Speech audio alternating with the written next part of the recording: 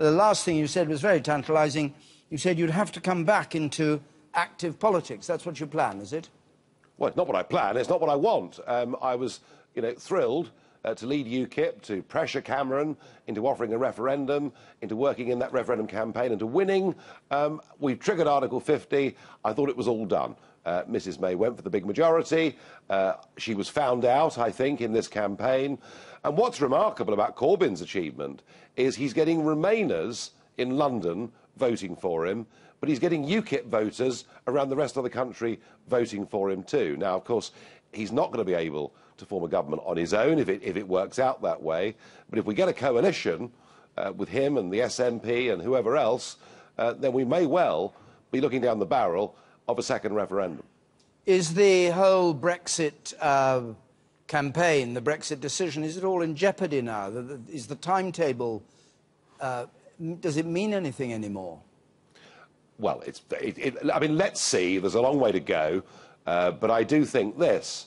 I think, let's say the other result happens. Let's say May scrapes through with a small majority or forms a minority government, I don't know.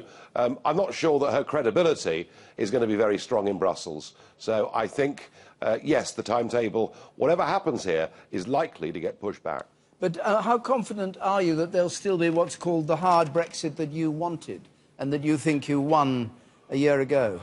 Well, I was always a bit suspicious with Mrs May as to whether we'd get it. I mean, she was asked in the campaign repeatedly, having backed Remain, did she now believe in Brexit? And not once did she say yes. She just said she was carrying out the will of the people. This may prove to be unfinished business.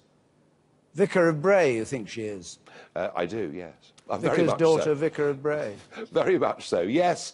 And in the end, I think, when Corbyn said that they would end free movement, when Corbyn said that under Labour we would leave, I think he kind of boxed off Brexit as an issue for UKIP voters, many of whom did not see the party as being relevant in this campaign.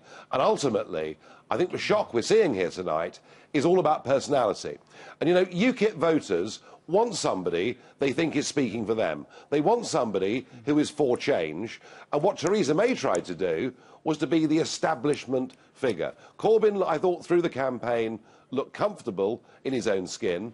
He actually appeared to be enjoying it. And the Prime Minister came across as insincere and, frankly, robotic. Andrew Marr has a question for you. Could I ask you, Nigel Farage, whether you think those very pro-Brexit, strong Brexit MPs in the Tory party will now try to remove Theresa May as Prime Minister? Yes, and I also think, actually, Andrew, I think on both sides of the debate within the Conservative Party, the Prime Minister's credibility as leader of that party is fatally damaged. All right. Thank you very much, Mr Farage. Let's